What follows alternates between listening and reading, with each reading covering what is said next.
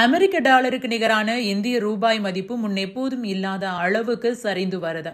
இதனால இந்திய பொருளாதாரம் பாதிக்கும்னு பலரும் சொல்லி வரும் நிலையில அதற்கு நேர்மாறான கருத்துக்களை ஆனந்த் சீனிவாசன் கூறியிருக்காரு. அதாவது ரூபாய் மதிப்பு சரிவது உண்மையில இந்தியாவுக்கு நல்லதுதான்னு அவர் குறிப்பிட்டிருக்காரு. அவர் ஏன் அப்படி சொன்னார், இதற்கு என்ன காரணம் என்பது பற்றி பார்க்கலாம்.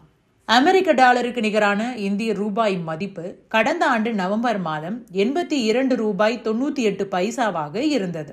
இப்போது அது 84 ரூபாய் 45 பைசாவாக இருக்குது. அமெரிக்க அதிபர் தேர்தல் முடிந்தவுடன் ரூபாய் மதிப்பு வேகமாக சரிஞ்சிருக்கு. அமெரிக்காவில் ட்ரம்ப் வந்துவிட்டதால டாலர் மதிப்பு உயருது. இதன் காரணமாகவே மற்ற கரன்சி மதிப்பு வேகமாக சரிகிறது. பொதுவாகவே ரூபாய் மதிப்பு சரிந்தால் இந்திய பொருளாதாரம் பாதிக்கும்னு தான் பலரும் சொல்லி நாம கேட்டிருக்கோம். ஆனா பிரபல பொருளாதார வல்லுநர் ஆனந்த் சீனிவாசன் அவர்கள் இதற்கு நேர்மாறான கருத்துக்களை கூறியிருக்காரு. ரூபாய் மதிப்பு சரிவது இந்தியாவுக்கு, அதிலும் தென்னிந்தியாவுக்கு ரொம்பவே நல்லதுன்னு அவர் குறிப்பிட்டிருக்காரு. இது தொடர்பா அவர் தனது யூடியூப் பக்கத்துல என்ன சொல்லியிருக்காருன்னா, இந்திய ரூபாய் மதிப்பு 86 ரூபாய் வரைக்கும் போகலாம். ரிசர்வ் வங்கி தேவையான நடவடிக்கை எடுக்கல அப்படின்னா டாலருக்கு நிகரான இந்திய ரூபாய் மதிப்பு 90 ரூபாயை தொட்டுவிடும். அதே நேரம் இந்திய பொருளாதாரத்துக்கும் ரூபாய் மதிப்புக்கெல்லாம் எந்த ஒரு தொடர்பும் கிடையாது. ஐடி செக்டார்ல கடந்த சில காலமாகவே நமது இளைஞர்களுக்கு வேலை கிடைக்காமலேயே இருக்குது.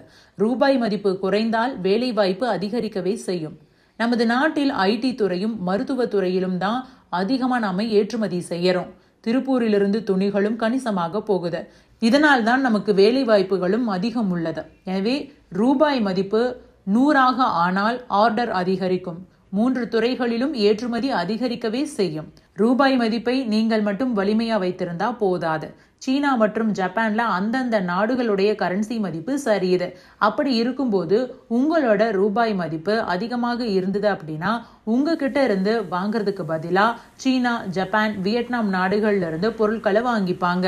அதாவது வெளிநாடுகள் நமது பொருட்களை வாங்க வேண்டும் அப்படின்னா நமது ரூபாய் மதிப்பு மலிவாக இருக்கணும். நாம இந்திய ரூபாயை மட்டும் தனித்து பார்க்க முடியாது. சீனா, ஜப்பான், வியட்நாம் நாடுகளிலும் என்ன நடக்குது அப்படிங்கறத பார்க்கணும்.